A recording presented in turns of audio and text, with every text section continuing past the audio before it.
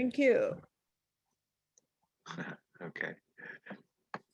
Can I turn that off in the future? That's all right. It doesn't. It's fun to hear the mechanical voice say, "This meeting is being recorded." Yeah. It reminds me when I was working in New York, and you'd get on the subway, and every time there'd be this voice that would say, "Please stand clear of the closing doors." It sounded just like that. It's a perfect impression of it. So you get these little mechanical warnings. It's fine. All right. Well, it's good. As I said, it's good to be with you. And I always like to begin with time of, excuse me, time of meditation. So now I'm going to invite you to find a comfortable position. Begin to focus your attention on your breathing. Allow yourself to relax, become open. Move your attention inward. As Jesus said, the kingdom of God is within you. So this time of meditation, we are turning our attention to that realm of spirit.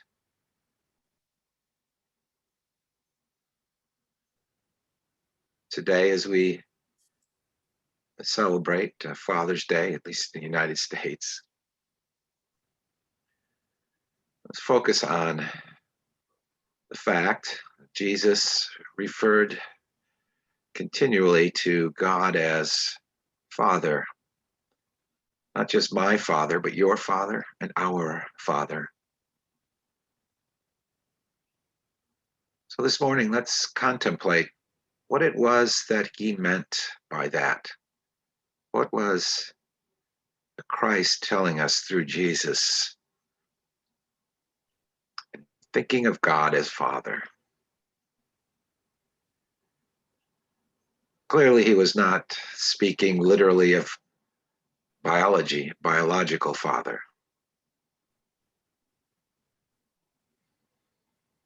So what was this Father he referred to? What does that mean? To think of God as Father.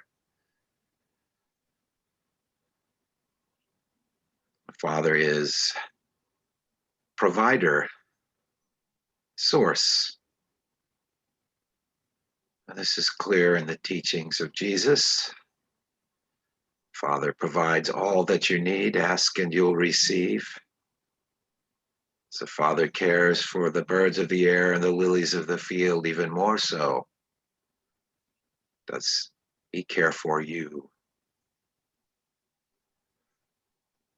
So he thought of God as the provider, as the source. Source of all our good, the source of all that we need. Give us this day our daily bread. That is this spirit, this source, the origin of the universe, the source of all things is our source. Our Father provides for us. Our Father's realm is already here. The realm, the kingdom is within you. So just as a biological Father is within us in a genetic way, so our spiritual Father, the origin and source of the universe, is within us spiritually. God is spirit.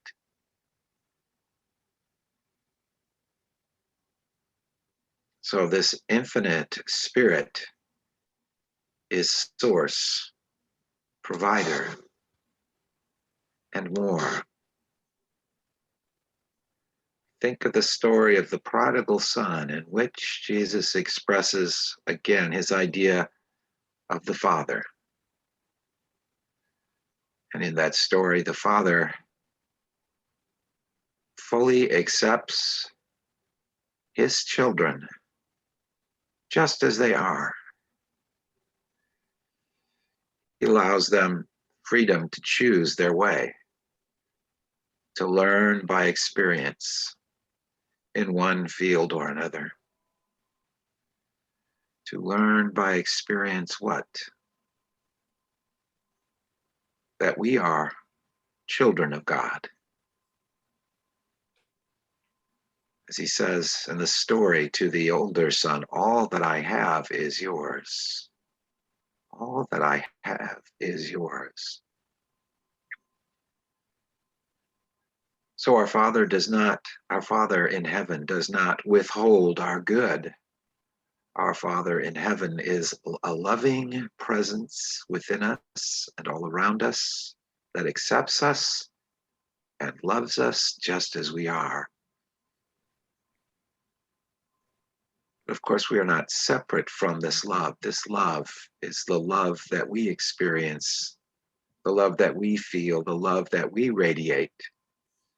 The source is within us, the source of limitless, all accepting, all forgiving, all providing love. The Father in us is that. So now we are open to that truth and that reality.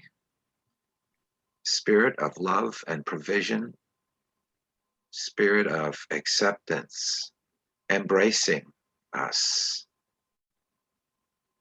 As we embrace the world, we are in that perfect unity and harmony with the infinite source of all.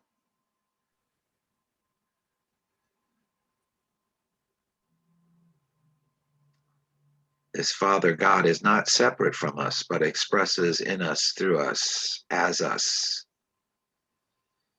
This Father is spirit, which means life and intelligence.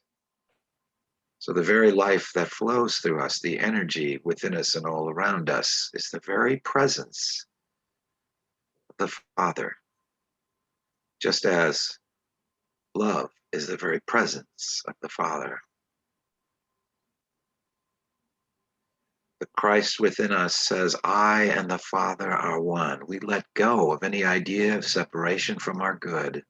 We let go of any idea of separation from perfect life, from intelligence or wisdom, or any good. We are one, the infinite source of all.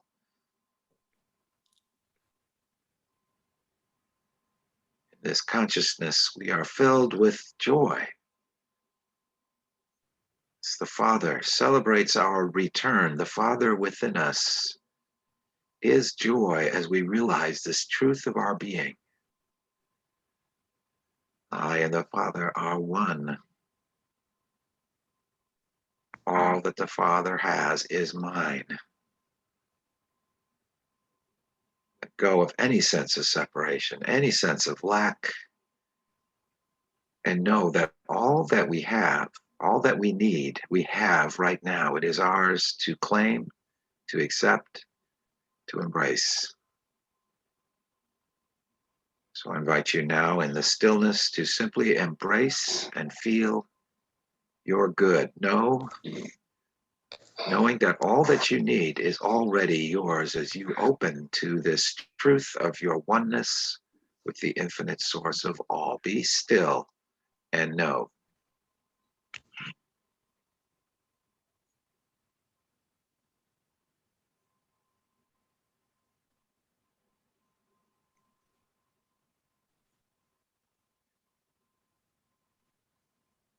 Be still and know that those you think of are connected with you through this unifying, everywhere present spirit.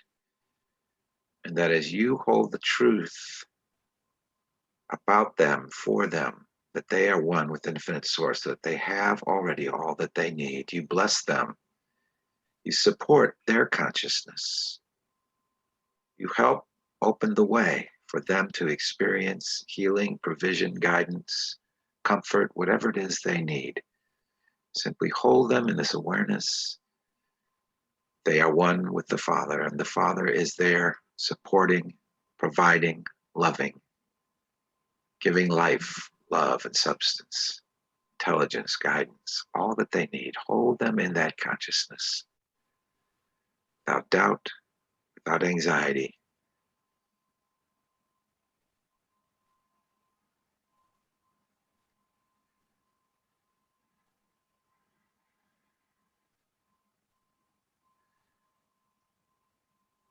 We seek to remain in this consciousness of the omnipresence of the infinite one, the loving, providing presence Jesus called our Father in heaven, our Father in a state of harmony and bliss, perfection. We give thanks for the realization of this truth. We seek to remain in it always and continually. And we release all things, knowing that all is well. So it is. Amen.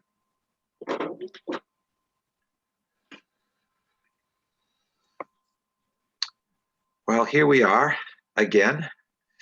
I had initially planned this series, and I wasn't thinking of today as being Father's Day. Is it Father's Day in Canada too, or is this just a U.S. thing? Okay, I wasn't sure about that. Sometimes the dates are a little bit different.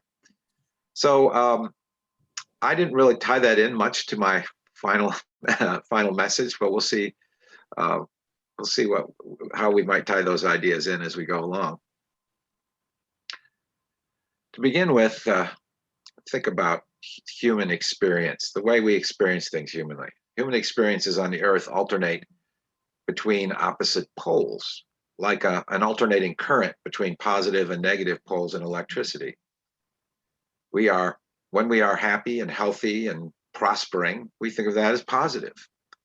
When we are unhappy or ill or struggling financially, we think of that as negative. We generally think of a new birth as a very positive thing to be celebrated. And of course, we think of its opposite of death as negative, to be mourned. One of my favorite writers, Mark Twain, had a sort of interesting and unusual and surprising explanation for this human experience of rejoicing at birth and grieving at funerals. He said, "Why is it that we rejoice at a birth and grieve at a funeral? It is because we are not the person involved." He was kidding, of course, but his point was he was very much aware that life involves suffering, and he at least saw death as a kind of end of that suffering.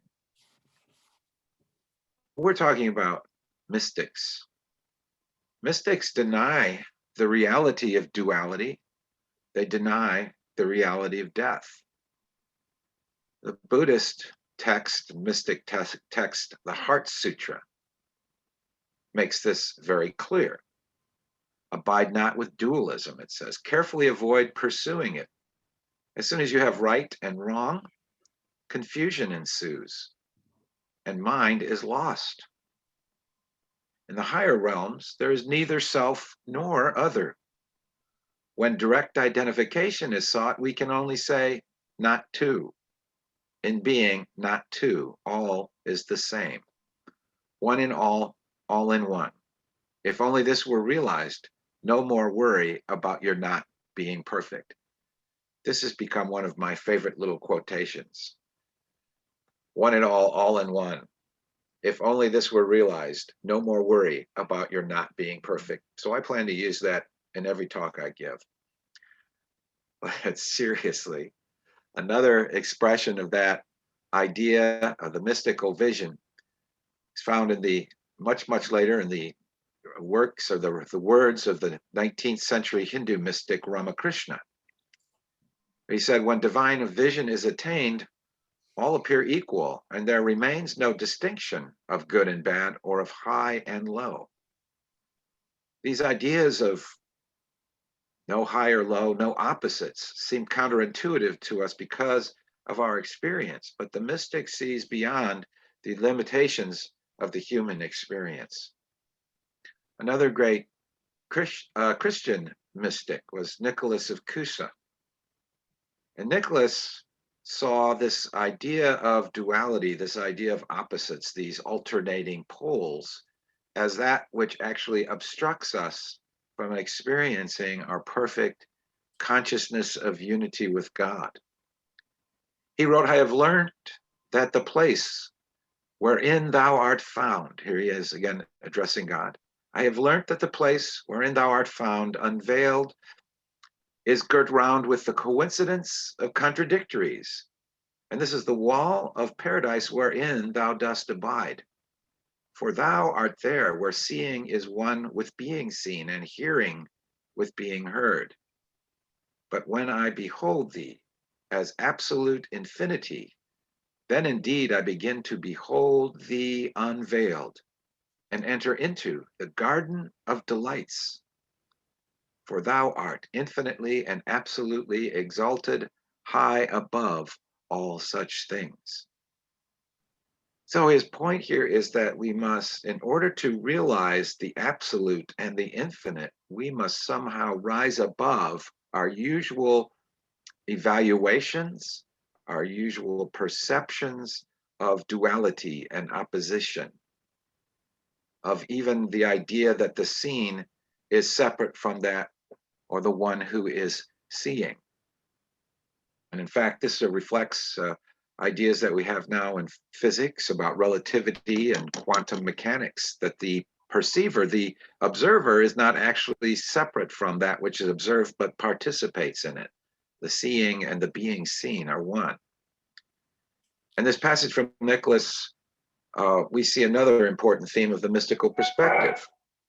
For God is both absolute unity and infinity. And this means that each of us is ultimately both one with all, and we are infinite, limitless. For in our unity with this divine being, this divine source, we too must be in some way infinite and limitless, even though we perceive ourselves in our human experience to be finite and limited.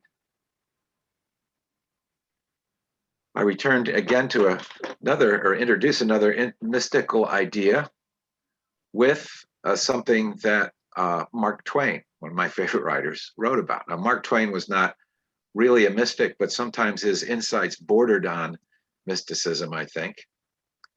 He suspected, I think, that this life of alternating currents, this life of duality, this experience of duality, is just a kind of dream. He suggested this idea in a little book that he wrote titled The Mysterious Stranger. And The Mysterious Stranger is kind of a fun story. In the story, some boys encounter an angel, a strange angel, who claims to be an angel of good, but he's named after his uncle, who happens to be Satan. So the angel's name is Satan. But the boys have a lot of adventures with the angel. The angel works wonders before their eyes and that sort of thing. But at the end of the story, the angel speaks to the boy who's the narrator of the story. And he tells him this: life itself is only a vision, a dream. And nothing exists but you, and you are but a thought. This is very close to what a number of the mystics have said. For example, the Taoist mystic Chuang Tzu wrote that when we dream, we do not know that we are dreaming. In our dreams, we may even interpret our dreams. Only after we awake do we know we have dreamed. Finally, there comes a great awakening, and then we know life is a great dream. This idea of the mystics in perceiving their perception, their experience of the divine unity, of the absolute that transcends dualities, brings them to the realization that these perceptions of alternating poles, these perceptions of opposites, these perceptions of positivity and negativity are all in some sense illusionary. These shifting experiences of seeming solid objects is not reality, or at least it's not, in their terms, all of reality or the foundational reality. And this is an interesting thing to me, that the mystic perspective that's been expressed through the ages now seems more and more appealing to some of the greatest of our physicists and our scientists. When you think about what the idea of the solid world now is in science, it becomes a quite peculiar thing. What is it made of? Well, one of the things they say it's made of is quarks. Well, what are quarks in the scientific view? According to scientists, quarks are point-like. not points, but point-like. And what they mean by that is that they do not take up space. I'd like you to think about that for a second. Quarks do not take up space. And yet we're told that, well, atoms are made of quarks, or at least partly made of quarks, but they don't take up space. And at the same time, they say, but they spin. They have spin. But of course, what they're so in effect, the scientific view is that the physical world is mostly empty space, and the objects that we perceive are made up of points that do not take up space.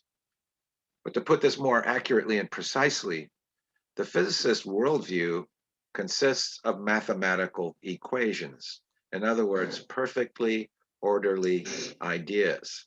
That's the foundation of reality. That's what they perceive when they look at the universe. And I believe in this way, as scientists realize that what they're seeing really are these mathematical ideas, these equations, this perfect order of ideas. When they see that, what they are really doing is unconsciously peering into the mind of God. Let's set aside the scientific view and return to the mystic perspective. The mystic perspective is, first of all, about attaining a consciousness of unity, a consciousness of oneness. Evelyn Underhill, who made a lifetime study of understanding mysticism, came to this conclusion. She wrote, "Mysticism is the art of union with reality." The art of union with reality. The mystic is not attempting to escape reality, but to become one with it, and we might add to that, in consciousness. The reality that is sought by the art of the mystic is itself a union. The perception of reality is a recognition of the unity of all things, the unity of all consciousness, all forms, all events. Union with reality is a unification of apparent multiplicity. We might even say that it is a dissolving of multiplicity. It is a dissolving of duality and the dualistic perspective.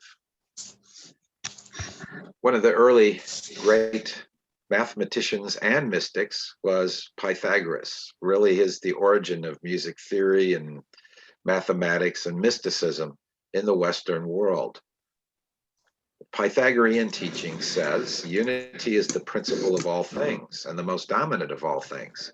All things emanate from it, and it emanates from nothing. It is indivisible and is everything in power. It is immutable and never departs from its own nature. So unity, the one, the oneness, is all encompassing. All things emanate from it. And yet it's indivisible, and it's everything in power, and it's unchangeable. This is the mystical perspective among the ancient Greeks. As we move into the Middle Ages, we still see this idea, the fundamental unity of all things, expressed in writings of mystics. Hildegard of Bingen is a very famous and now kind of a popular mystic of the Middle Ages, wrote that everything that is in the heavens, on earth, and under the earth is penetrated with connectedness, penetrated with relatedness. This is something you don't need to have a mystical experience to realize. All you really need to do is sort of look outside of boxes that you've kept things in and recognize your body's not separate from your environment. In a sense, the environment and your body, well, not just in a sense, but in reality, the environment and your body are one. The mind and body are one. The spirit and body are one. That everything is connected. Everything is interrelated. Everything that we think and say and do goes immediately into the tapestry, the matrix of the universe, and merges with it. And so at the same time, everything that happens in the universe merges with us. There's no separation. This can be very difficult to grasp. But once we realize the truth of this, our whole viewpoint on reality and what we are, what others are, fundamentally changes. So this is sort of the primary idea, the art of union with reality, and reality itself is a union, is a unity. The most insightful physicists, philosophers, and mystics have all held that reality is spirit or mind. Spirit or mind and its infinite perfect ideas, the perfect ideas of this infinite mind. This has not been held by every scientist or every philosopher, but it has been held by many through the ages.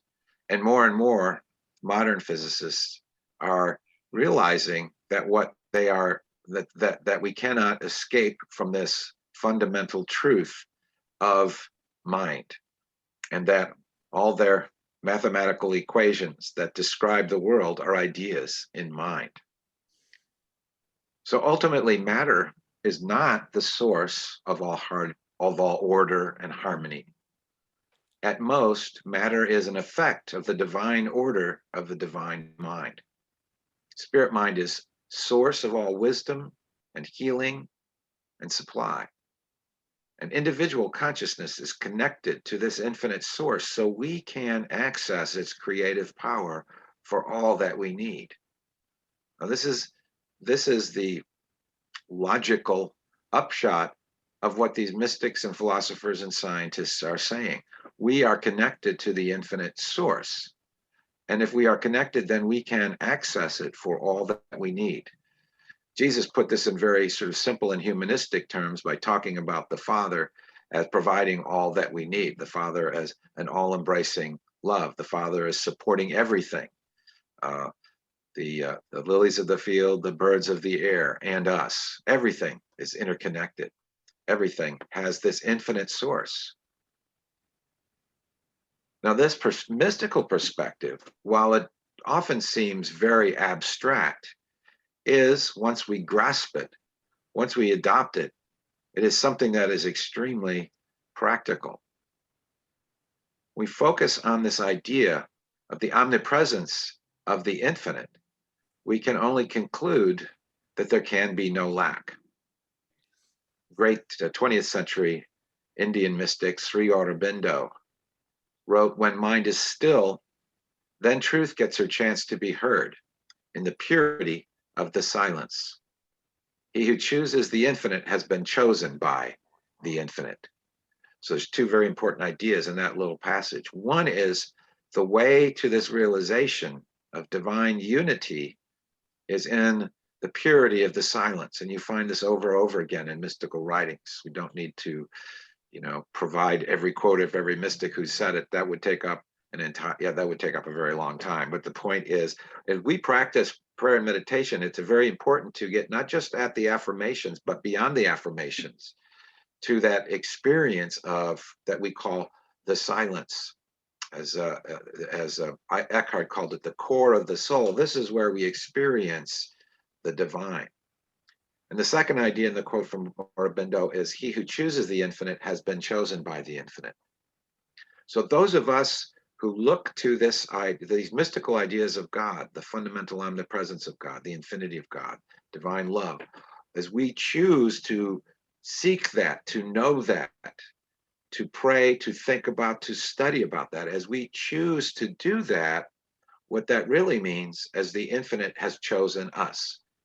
The infinite has chosen us. We are, to put it in sort of very ancient terms and biblical terms, we are God's chosen people. We are God's chosen people. Those of us who seek this mystical perspective, or perhaps mystical experience, as we seek it in the silence, as we seek to know it, that simply indicates that we are God's chosen people. We have been chosen by the infinite. Since there is one omnipresent, infinite source, it follows logically that there cannot possibly ever be any lack of anything anywhere. Think about that for a second. One omnipresent, infinite source without limits. That being the case, there cannot possibly ever be any lack of anything anywhere. The idea of lack can only seem real to those who are caught up in the illusion of duality, those who are practicing the absence of God rather than practicing the presence of God. Now, this absence-lack duality consciousness is not a personal failing, but a temporary dream. Nearly everyone either dwells in this consciousness of absence, lack, and duality, or occasionally slips into it. All of us. Even those who are born to great wealth experience the absence, lack, duality consciousness. It's not a matter of financial status. That's why people who are very wealthy become, well, they're continually dissatisfied. They continually want more. They need more. Their whole life is about getting more. And what is that but a consciousness of lack? Want is lack. It may be that they, like us, feel not just a lack of wealth, but a lack of respect, or a lack of love, or a lack of fame. And sometimes we can feel a wanting, a sense of lack, without knowing exactly what it is we want. So regardless of financial status, nearly everyone needs to awaken from this dream of absence, lack, duality consciousness. We need to awaken from it to the realization of our unity with infinity. In this consciousness of the infinite, there is no anxiety about supply, no anxiety about status or limitations. There is, to again quote the Heart Sutra, there is no worry about being imperfect. Why? Because there is, in reality, no lack. And when we rise into this consciousness, everything changes for us. This is the practical life, everyday, ordinary life value of the mystical consciousness. The New Thought prosperity teaching is rooted in this insight, in the mental repetition of this insight, in the realization of this truth. I am one with infinite source. I am one with the infinite source of all. The infinite source of all continually prospers me. The realization of this truth, that I am continually one with a continually prospering infinite source, the realization of this truth assures an unfailing flow of provision without anxiety, without fear. It's the core principle underlying all prosperity demonstrations, no matter how they're made, no matter what technique or method or steps are applied. At the core, at the heart of it, is this simple realization of our oneness with the infinite source. When that becomes real to us, in a sense, we don't really need any more methods. We don't need any more steps, because we live in this consciousness of an eternal flow of abundance. And the realization of our unity with the infinite also means a realization of our unity with the perfect life of God, the harmony of God. The realization of our unity with perfect life of God is the core principle underlying all healing demonstrations. No matter what methods or rituals or steps or affirmations we may use, fundamentally it comes down to this: the realization that the life within you is the perfect life of God, and it is infinite. And that life is supported by everything, and in a very sort of literal way even. Your life is supported by everything in this incomprehensibly vast universe. If anything was out of whack, we would not be here. It is the perfect order and harmony of the infinite mind and the source of the universe that is our life. And the realization of that when that becomes real to us, that brings healing. That's the basis of all healing and all prosperity demonstrations in New Thought, the realization of this central mystical truth. Now, there's another element of mysticism that's very practical, but very much underappreciated, I think, in general, but even in New Thought teachings. Charles Fillmore, when he taught the 12 powers, taught that one of them was renunciation. Renunciation is a key idea in mysticism. The mystics find that this renunciation brings peace and freedom from disturbance and any anxiety. Many mystics have practiced renunciation to an extreme degree, giving up all their possessions, trusting in divine supply. They're called renunciates. Buddha was a renunciate. So were Jesus and his disciples. So have been many Hindu and Sufi mystics and saints. This a life of, one might say, voluntary poverty, or at least that's the way it looks like to those outside of that consciousness. Blessed are the poor, for theirs is the kingdom of God, Jesus said. This idea of not possessing anything also has a sort of flip side. Once you enter into this consciousness of not possessing anything, suddenly you possess everything. Just like Thoreau, as he wandered around the neighboring farms and appreciated the beauty of the landscape and the life, the teeming life that was going on there, he felt like in perceiving the good there, he possessed it. And he said something along the lines of, my poverty was not thereby diminished by owning everything, something along those lines. It's difficult to express, but the idea here is an absolute freedom from fear, freedom from any ideas of lack or limitation. But of course, not all mystics have chosen that extreme form of renunciation, and it's an extreme form or illustration, but the renunciation is a part of every mystical path. So mystics, some of the great mystics have had what we conventionally call occupations. They had careers, they had jobs, some of them very simple kinds of jobs. Nicholas of Cusa, I mentioned earlier, was a teacher of philosophy. He was a jurist, he was an astronomer, and he was a mathematician. So he actually wore a number of hats. Nevertheless, he practiced renunciation in the mystical sense. The renunciation practiced by all mystics really fundamentally is non-attachment to things, non-attachments to the things of the world. This non-attachment is fundamentally mental and emotional non-attachment. So in theory, it's completely possible to have both great wealth and power without being mentally or emotionally attached to them. That, in effect, was the goal of the ancient Stoics.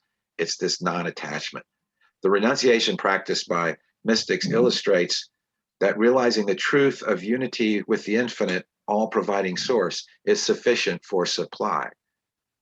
Jesus and his disciples had enough supply to share with others, as did Buddha. So these renunciates become channels for good for others. Essentially, renunciation is the ability to let go of attachments. Our world, culture, our politics, and economics are to a great extent structured upon ego drives. The human ego seeks gratification. Humans are attached to getting gratification, getting money, getting status, fame, power, recognition, appreciation, and even love. Getting that. This attachment to getting gratification drives almost everything. This drive for gratification is neither good nor bad, or we could say it is both good and bad. The state of world conditions, whether we regard them as good and bad or one or the other, is fundamentally the cumulative effect of ego drives. The mystics propose dropping all that, dropping the attachments to ego gratification, because they recognize that as long as we have such desires and attachments, we remain in the consciousness of duality, of lack, of separation, of the absence of God. From the ego perspective, in this consciousness of duality, we see ourselves in competition with others. We see ourselves as separated from what we want and what we need. As long as we are in the state of absence, lack, duality consciousness, we cannot experience the reality of the infinite one, the limitless unity, the interrelatedness and interconnectedness of all things. The Bhagavad Gita makes very clear for the Hindu yogi this idea of the importance of non-attachment. For it says, when a person has achieved non-attachment, self-mastery, and freedom from desire through renunciation, that person reaches union with Brahman, who is beyond all action. The anxiety, the sense of separation and lack, is what separates us from this reality. You can only be troubled and anxious when you see yourself as separate from your good or from your God. Excuse me. You can only be troubled by losing something if you are attached to that something. You can only be frustrated by having or not having if you are attached to things, people, and conditions. Talking about emotional and mental attachment. People tend to think that to love someone is to be emotionally attached to that person. In extreme forms, we call it codependency, right? But people, we do tend to think that way, that we tend to view the expression of grief, for example, as both natural and admirable. And certainly it's better to be able to mourn than not, for mourning at least demonstrates there's love there. So this is understandable from the perspective of duality. Nevertheless, the duality consciousness is a separation consciousness. It's subject to separation, anxiety, and the sorrow of loss. But this is not the mystical consciousness. Because in the unity consciousness, nothing is ever lost. You cannot be separated from your good. You do not stop loving someone you have lost, as we call it. In truth, because death is also an illusion, ones who loved you continue to love you, even if you are not aware of that, just as you love them. And people often feel this too, instinctively. They express this feeling of continuing oneness and life in various terms. They may say such things as, I feel my mom is watching over me, or I feel my dad's presence with me, or even we'll be together again someday. People say this all the time because instinctively at some deep level we recognize that the reality of that person who we no longer experience physically is still very much with us. We are not separated. One of the most popular and most covered songs over the past century expresses in a very sort of simplistic way this consciousness of separation and consciousness of unity at the same time. You're probably familiar with this song. Part of it goes, I went back home, my home was lonesome. Missed my mother, she was gone. All of my brothers, sisters crying. What a home so sad and lone. Will the circle be unbroken? By and by, Lord, by and by. There's a better home awaiting in the sky, Lord, in the sky. And we may look at this as a very sort of primitive religiosity and idea, but nevertheless, there is this idea that, yes, we experience sadness and sorrow when we lose someone, but at the same time, we have this idea of an unbroken circle, a better home awaiting. We may not think of it as literally in the sky, but there's still that idea in the song, not only of the sadness and sorrow of loss, but the hope, the positive hope of reunion. And maybe that's why this song has been so frequently recorded by various artists. It expresses a sentiment that has an underlying reality. So a mystic might want to change the chorus to something like, now the circle is unbroken, right now and every day. There's a better home awaiting in my heart now as I pray. Nice. Circle is not. Yeah.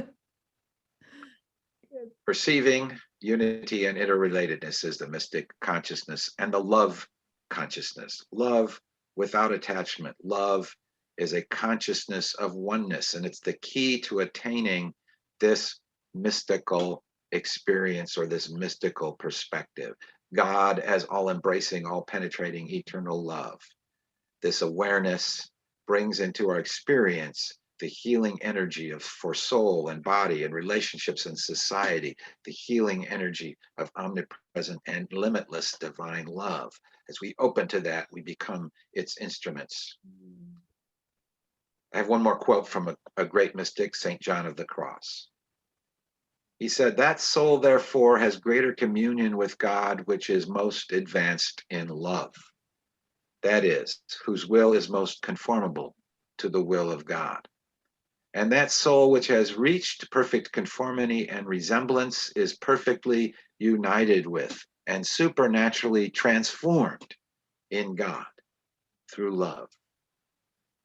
God being all and having all does not want or need anything from us. The divine one, being source of all, freely supports our existence and well-being. That is what it does. That is the love of God. To love freely, to be loved just for the sake of being love. Let us then adopt this perspective to be love for the sake of being love. The thanks and praise we direct to God do nothing for God because God has no wants. Rather, praise and thanksgiving uplift our hearts and consciousness. Praise and thanksgiving help us, not just to think of the good we already have, but also to ultimately realize that we are now inseparably and eternally in unity with the infinite source of all good. Let us therefore be grateful that we have all we need and all we ever will need right now. Amen. Thank you. Thank you. Thank you. Thank you. Thank you. Thank you.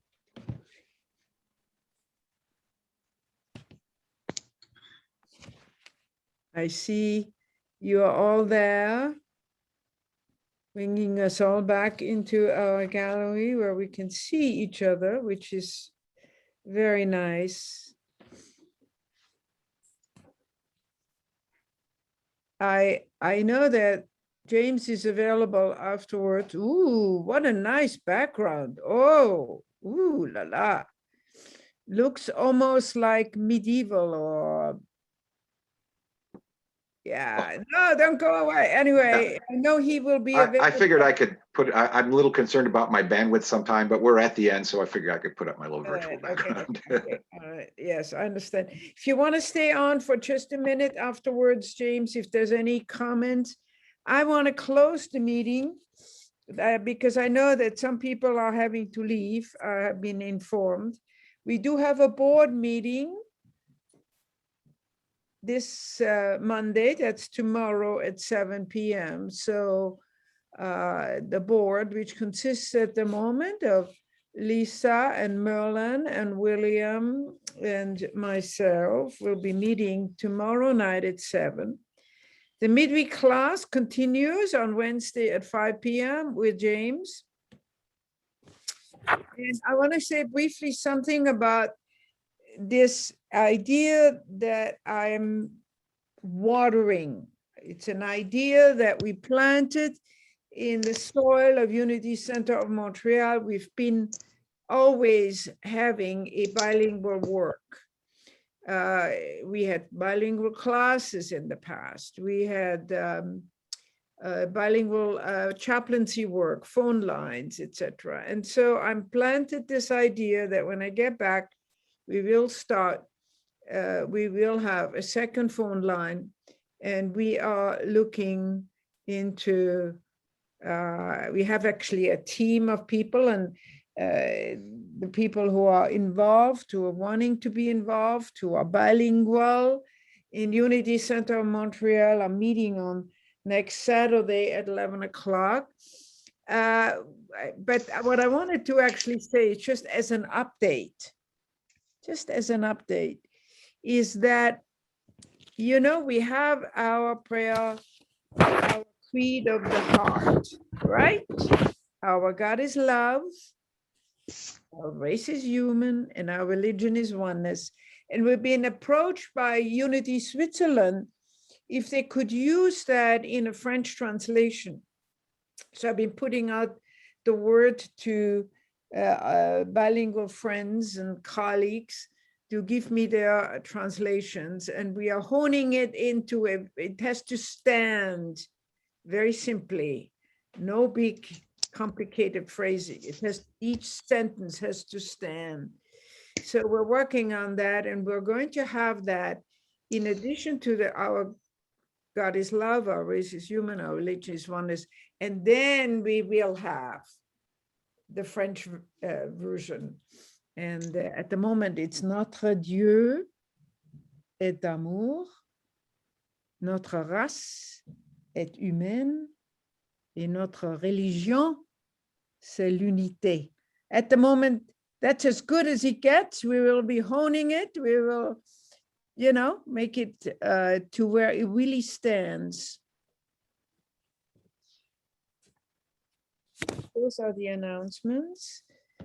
I want us to take a moment for the blessing of our donations and our gifts, that you join me in standing in your own flow of giving and receiving. And for a moment, just be aware of your own receiving, of what is manifest in your life, your home, your relationships, your talent as it is expressing in so many different ways. I stand in my own prosperity. I stand in my own receptivity to receiving from the universe in so many different ways. I stand and I'm grateful.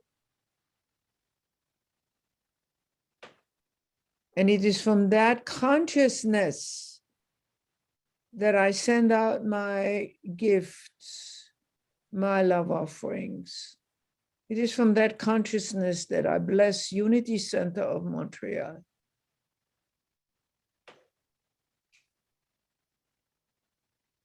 And so it is. Thank you. Thank you. Thank you. Amen. Will you join me now for our prayer of protection? I invite you to reach across the screen, to hold hands, practicing being multi-sensory humans who have the capacity to reach across time and space. I am holding hands. I am part of the circle that is Unity Center of Montreal. And so we take our prayer for protection. Together, please. The light of God surrounds us. The light of God surrounds us. Yes, let's say, and the love of God enfolds us. The love of God enfolds us. The power of God protects us. Together, the power of God protects us. And the presence of God watches over us. Together, the presence of God watches over us. Wherever we are, God is. Wherever we are, God is. And all is and well. all is well. And so it is. I wish you a wonderful Sunday. Again, happy Father's Day in many different ways of thinking of that. And I will now allow for you all, please unmute yourself. So if there's any comments you want to make, any kind of, I'm just seeing here comments that have come in through the chat room. Thank you, Reverend Gaither. Wonderful comments from different people in the group. Anybody have a question for him? You know, it struck me how lucky we are that the Fillmores chose the word unity when they named us, our group, right? They could have called it something else, but they called it unity. This word, oneness, unity. Yeah, non-dual thinking, right? Easier said than done. Oh God, yes. Oh God, yeah. That's why we need each other. Yes. That's why we need to come together. You know, just the fact that we're showing up on Sunday morning at 11 is a support in practicing that. Don't you agree? Yes. Okay, Reverend James, it's Tanny. Thank you. I think your message is very good on Father's Day to spread the word of the Father. And here I am. Thank you and have a good weekend. Thank you. Bless Danny. you. Have a wonderful week. Thank you.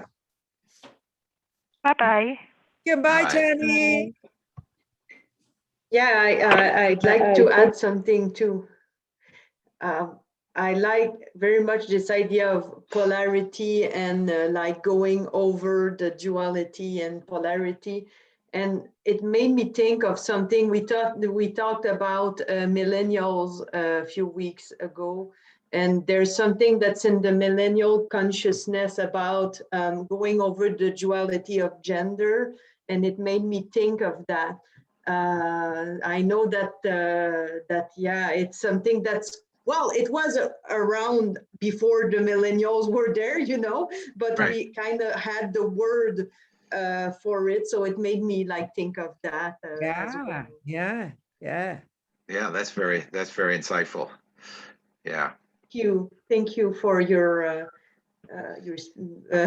speech. I'm looking for the word in English, but for your presentation. What's I think the young generations anyway, they have a lot of new ways for their brain patterns to be aligned. You know, you really hold an openness for us that we older people, we have to do a lot of renunciation to step into, you know, this non-dual thinking. Yeah, and also I keep thinking about what we're doing here, all among us, being on Zoom with each other. A year ago, that would have been like, oh my God, how are we going to do this? And people, now we are together and we're linking, and people have more or less no more problem, you know, using the link and coming in. And then we have the people who are with us through the landlines. I'm assuming Wilma's got somebody on a landline. I think Susan probably does. So we are, you know, we are interconnecting in ever more, you know, new ways that are just, they were foreign 5 years ago, and now we're doing it. Right. What's the saying? It's an ill wind that blows no one any good. Through all this pandemic and the suffering and that, we have gained a way to be more unified, more conscious, more interconnected. So that's a beautiful thing. Yeah. Even though the programs are occasionally annoying, nevertheless. Right, that's right. Yeah. Nevertheless, they connect us, and that's a good thing. They are. I'm seeing smiles, which makes me happy. Yeah. Maya? Yes, Sharifa. Dr. Maya, is there any news on when you'll be coming back? Yes, the 21st of July is now the new deadline, the new date of the border has been closed again another month. And you know, it's very interesting. The younger ones are sending me ways that I could cross illegally across the border. And I'm not about to do that. I'm not flying into Burlington and take a taxi to the border and then lie to the officer that I'm actually got my car across the border. All I need to do, I'm not willing. All these ways. I know that Spirit is in charge, and at the moment it's another 21 days. Yes. Okay, thank you. So we have to hang in there with each other. We are a small but wonderfully viable group. But I know we are very few in numbers and we need to hang in there with each other till we get into that building. And in the meantime, I hope you've heard my making the announcement that we have a handful, maybe about 8 support groups who are using the building downstairs. And we are taking in about half of our income is coming through the donations that they're giving us. So we are not, the building is not stranded. And one of the millennial group is actually doing some gardening outside to keep it from going nice. too much into wilderness. Yeah, Yeah. Cool. yeah, very nice. Mhm.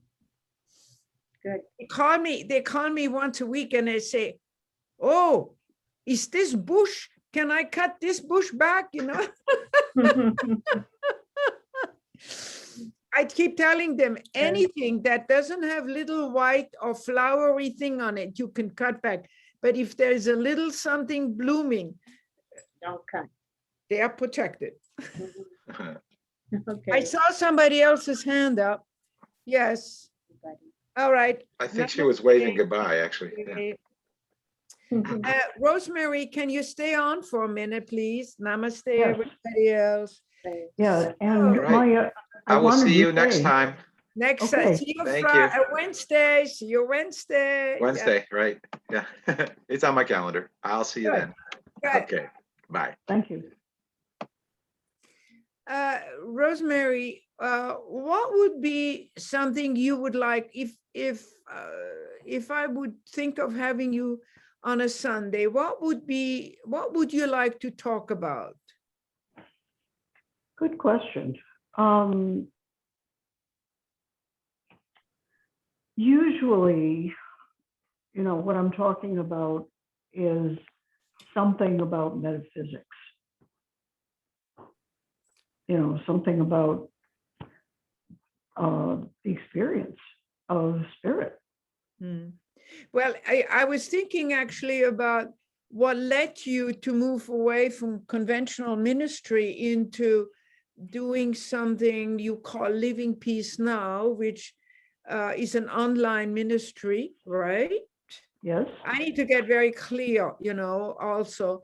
It's an online unit, it's an online ministry, but your target audience is mostly the young people, correct? Right. Yes. And the reason why I really, really, really wanted to create it as a unity alternative ministry. Right. But I had worked with young people, millennials in Paris, well enough to know that as soon as we called it by the name of an existing organization, it was going to drive that population away. That just was Right. what was. Right. So that was why and my inner guidance, which is where the idea came from, kept saying, no, you can't call it unity. Uh-huh. So that's when Living Peace Now has become your Yes. name, right? Right. Yes. That we did a visioning process for the name. Yeah. And that's the name that came, and that was available online. Yes. There is that physical constraint. It has to be a Yes. name that we can use. And so basically it's basically a unity ministry based on unity teachings, but not Christian. Right. And it's interesting because every Sunday when you say that unity is a mystical branch of Christianity, well, yeah, but it's also universal mysticism. Right. Yeah, yeah, You you know, could go absolutely be. It draws, and that's why I have James so regularly with us. It draws from because he is seeing that the mysticism that feeds unity comes from so many sources that are exactly. outside of And Christianity. that was true even for Charles Fillmore, That's right. because of his connection to the exposition of World Exposition of Religions Right, with the Vedic tradition, with the Hindu. right. That's where he really took the inspiration.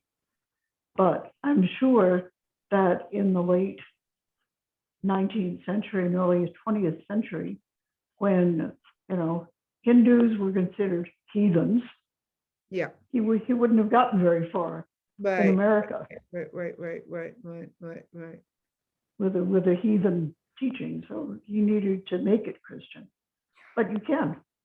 And the Muslims that are loving what we're doing on Living Peace Now, I mean, the teachings of the Quran Right. are, you know, Yeah, you they're- seem to have a special connection now with these young people who are Muslims. How are you, you're teaching classes, I know from your yeah, website, right. and you're doing this in English, but then you have simultaneous translations on that? No. If there is somebody who needs translation, everybody that I'm teaching is trying to learn English. We have a French-speaking metaphysical teacher whose background is not unity, but his teachings are, you know, it's the same thing, who is Arabic and French. So his language is French, That's great. Yeah, Mohammed Jaloul. right. And, you know, he's teaching in French. So, and he's the, So do you know, your organizational structure is you and a board, or how do you? yeah, okay. We have a board, Yeah, which has one unity minister on it, yeah, and also the executive director of AGNT, which we're a member of, yeah. and, you know, a couple of other people. So yes, we have a board, and it's not a membership organization. There's, you know, there's two legal structures for a nonprofit anyway. And one of them is membership, which the churches are. And one of them is just is a charity. Right. So we got approved as a charity rather than Okay. a All membership right. organization. Okay. And the reason for that was simplicity. That Sure. if we have membership, then we got to have dues. And, you know, it's much more complicated, really, Yeah. in human terms. Yeah. So, and in board terms. So are you So- in any way connected then to Unity Worldwide Ministries? The only way that we are formally connected to Unity Worldwide Ministries is that we are members of the same New Thought organization, Right. AGNT. What is that called? The AGMT? Association for Global New Thought, Okay. Unity and Centers for Spiritual Living, and, you know, a whole bunch of independent New Thought organizations make up that organization. And Unity is a member, and we're a member. And, you know, it's that's I wanted there to be some connection. So Sure. that was the one that Right. I was able to Right. make happen. Well, you said the same thing, that you wanted to somehow not miss being part of a congregation on Sunday. And so you like to. Yes, I loved congregational ministry. Yeah. And because when the idea originally came to me, I thought of it as, wow, this is something that the whole congregation could easily participate in and benefit from.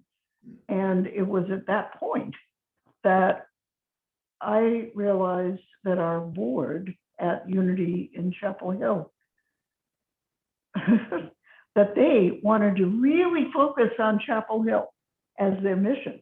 Right.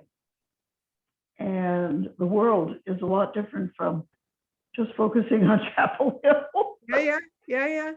So, Well, I it's had too to, bad they couldn't just give you the umbrella of working under Chapel Hill, but do your global work. Yep. Yeah. so, but they didn't. So I had to separate. Yeah. Because I couldn't, I stayed on with them. I continued as co-minister for another year, but we were pulling in different directions Yeah. and that wasn't working. So we had an amicable separation last December. Yeah. I understand. Well, I But- looked at how could you be part of, I know you're a member of Unity Montreal, and I am thinking of creating something that would allow Unity ministers at large to be part of a leadership team like Randy and Lisa and Nicole. I mean, they're all ordained ministers in their own world. Doesn't matter if they're Unity or What not. kind of a minister is Nicole? I haven't had a chance to talk to her yet. Well, she's interfaith. She has an interfaith. Okay. And Well, I was Lisa ordained is also interfaith too. interface, but I wanted to to create something where I could say to Randy, you don't have to be the church minister, the organizational church minister, but I would like there to be a format where people can be ministers at large, Yes. belong to Unity Center of Montreal, but each one with a very specific passion. Right. That makes a lot of sense. Nothing like associate ministers and co-ministers and that. No. Like Lisa with her Richard Rohr, Franciscan way, profound background. That's her passion. And then whatever she does with Fulcrum 8, I don't completely get it yet, but I think it's in the infancy stage. And then there is Randy with her, I think her work on suicide prevention, mental health. Yes. Right. And I believe people should stick with their passion. Yes. So then there would be, and she could be doing workshops at Unity Center, use the facility for her training that she does, and Lisa could do her Richard Rohr thing, and then Nicole, she is in the chaplaincy work, and so cool. I'm just looking. I'm not mixing up. I don't want to make everybody to be part of a soup here. I'm actually looking for differentiation. Right. Yes.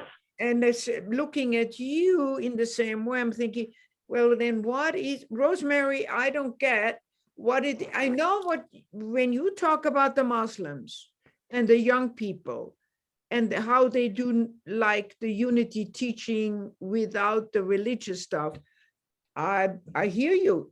And I'm thinking, well, maybe that's where her heart is taking her, is to go into the Muslim world with a teaching that is unity, but it's not the terminology. But I don't want to mix it all up into one big, whatever. Right. So, yeah. So, and I can do a talk on inspiration and how magical it is. Yeah. That's what I'm realizing more than anything else, is that if I really think of it as magic, that helps me to remove the limitations that come from my subconscious mind. And to me, that's been the spiritual lesson of creating this ministry, has been saying to myself and to myself in spirit, okay, I am open to do what I am needed for. Yeah. Yeah. And that has been for 3-4 years now, the spiritual discipline of doing this. And I was not at all expecting what it turned out to, what it is turning out to be. Right. You know, it's like, okay, sure. Well, you know my situation, right? We have a building. We have a beautiful building, and it's paid up, and it's always been a unity center, not a church, a center. And now I'm going back in, and I'm fully aware that, and I'm supporting that with the people who say, we come back together as a congregation in the building. Yes, we will. And we were going to have other groups using the building, and we're going to, really taking this serious. We're not just a Sunday activity. We're an all week long activity. But you see, my global outreach is right now secondary to this. I can't do both. I can't, I am, because of the bilingual stuff. I'm looking with Anna Marie and so on and so forth. Something is happening, and the Germans. But the main focus right now is a return to a building that is to shepherd us and many other groups to have, I heard you say something about, doing some kind of a convention, and there is a unity center in Montreal that should be the hub. Right. But for that to happen, I need to be there. I mean, it's not going to happen unless I'm in-house. So I know the feeling. The energy needs to go for, so I just want you to hear, there is the global, yes, but right now there is also a very strong passion and call to make something brand new happen with that building, because we have been, this was a congregation for about 4 years who was happy to get together on Sunday morning for 2 hours, and the rest of the time the building was empty, or maybe some AA group was meeting there, but they didn't come during the week. They came on Sunday. And I said, that's not the future. So what I've been thinking, and what I would suggest, is that as a congregation, if you do one or several sequential visioning sessions of what new meaning. Well, hold on a second. Hold on. You asked me, what about Nicole? Nicole did a 3 months in-depth visioning a year ago with all of us. Oh, okay, cool. She did. What were you visioning about? Us through it. And I tried to stay out of it because my vision was clear then that we needed to be an interfaith, interdisciplinary body that was shepherding all these various groups, but they didn't want to hear that.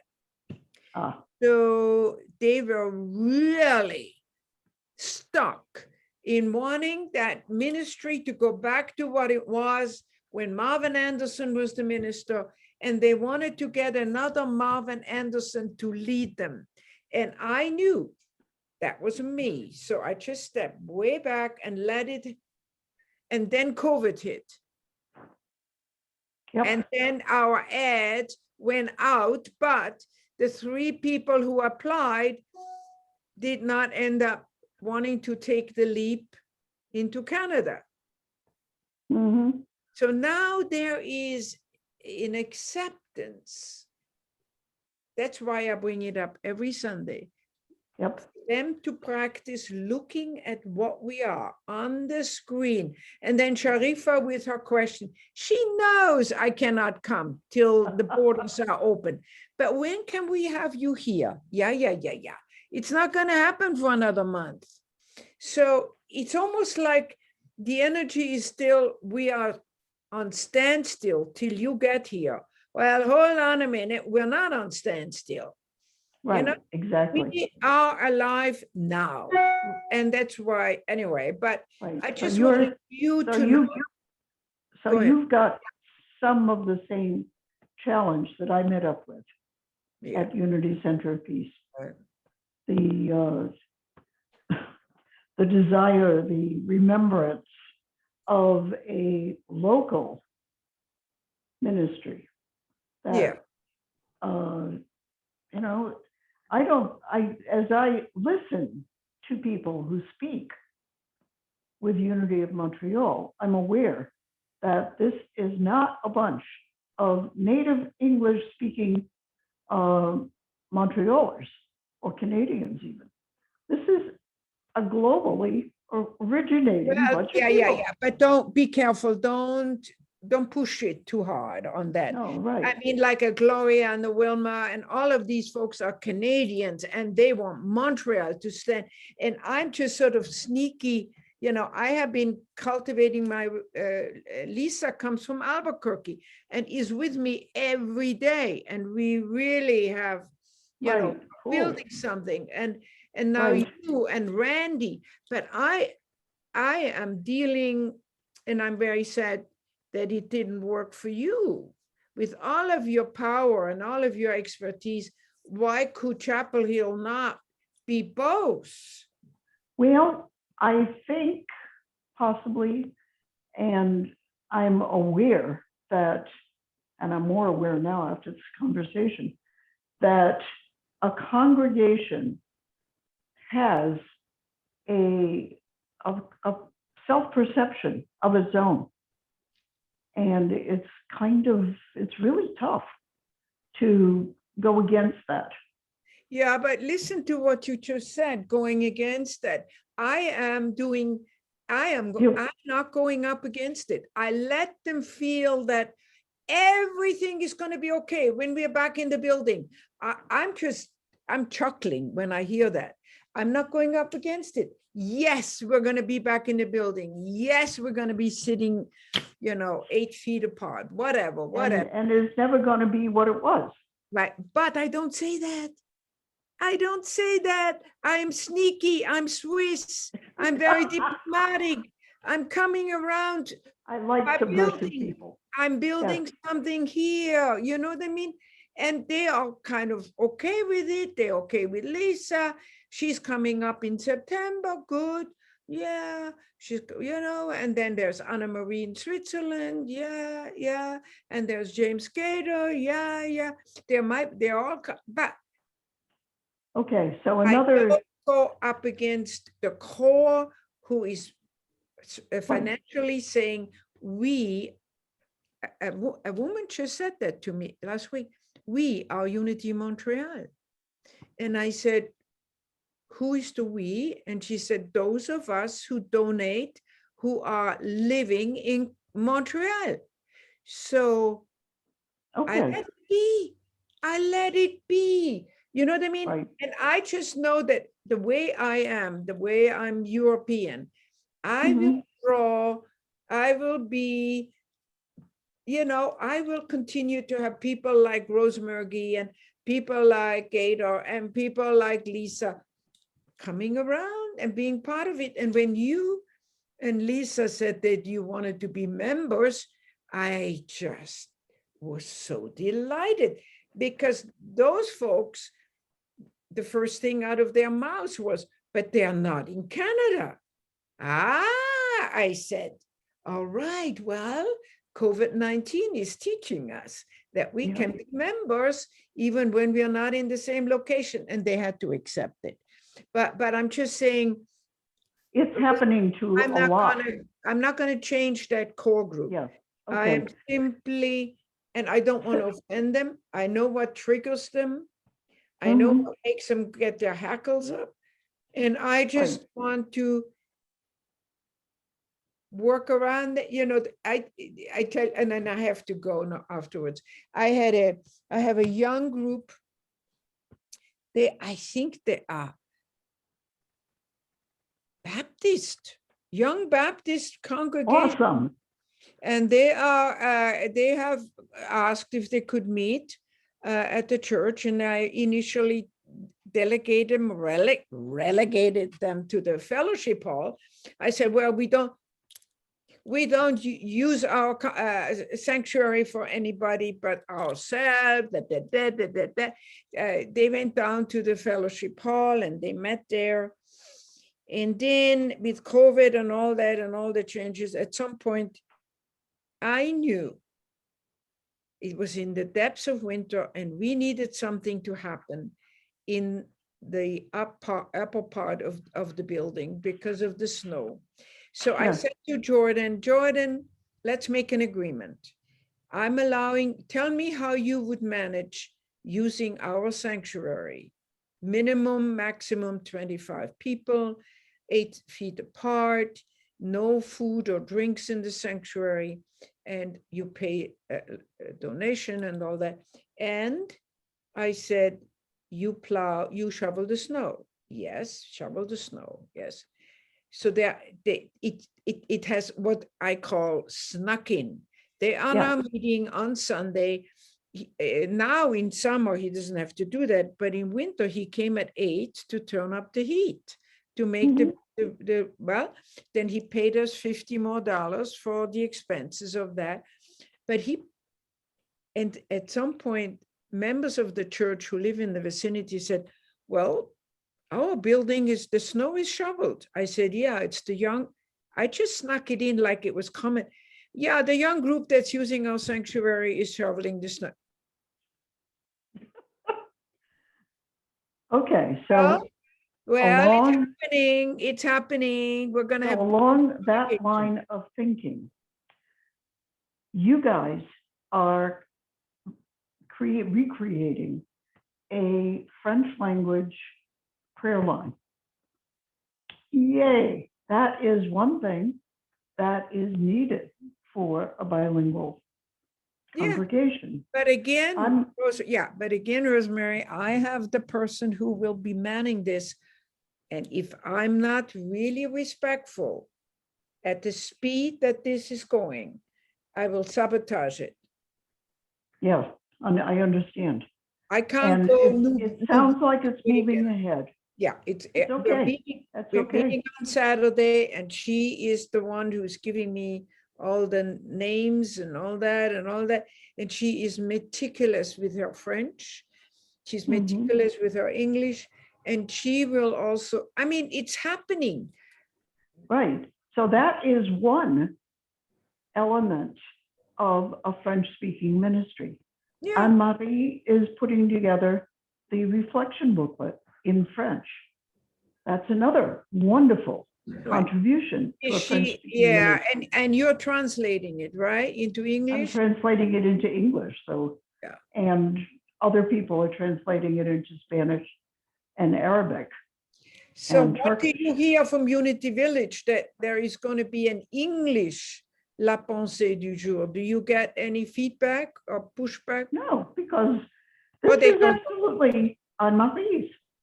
It belongs to her. We're not copying, we're not taking anything from the Daily Word. Right. And the format is in the public domain. So I don't expect to get any problems. Right. Because we're creating something. No, you know, she was the one who asked permission to use the Creed of the Heart.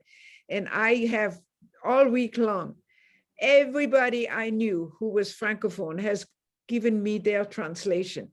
It's been fun because it showed how people actually understand the Creed of the Heart, how different they understand it. And I held them. I held them I said, this is not an interpretation of the Creed of the Heart. this is the creed of, it's got to stand, you know, like, It's very simple. I it- mean, no, it's not simple. You should see the translations I got. They were all over the place. But interesting. I trimmed it down to really, well, Yeah, well, the words that you said were great. that's it. That's The French finally, word. yeah, well, that's finally it. But listen here, I got a whole bunch of them. Our God is love. Okay. We got notre Dieu est amour. Okay. They all agreed on that. Our race is human here. Notre devise est humanité. Notre identité est humanité. Notre identité est bienveillance. Notre identité est compassion. And then our religion is oneness. Notre religion est universalité. Notre religion est solidarité. Notre religion est uniformité. Notre religion est unanimité. So, Oh my gosh. we're all over the place. So I had a good time. I had a Yeah. good Yes, I bet you did. So I need to leave. I need to go. I need to do some domestic stuff here, and I Right. So appreciate. just to summarize, I think that a way that bilingual ministry can happen is to look at the different people that are gathering and to see, you know, what we can all contribute to create the vision. In other words, the vision isn't any one of us, it's us working together. No, I think it's a support at the moment. Leticia with the Spanish in Mexico, and Anna Marie delighting in her booklet. And oh God, I got to go. I'm so sorry. Blessings. Yeah, okay. Blessings. This is Singapore. I can't. I have to accept. Okay. Okay, bye. Thanks. Bye-bye.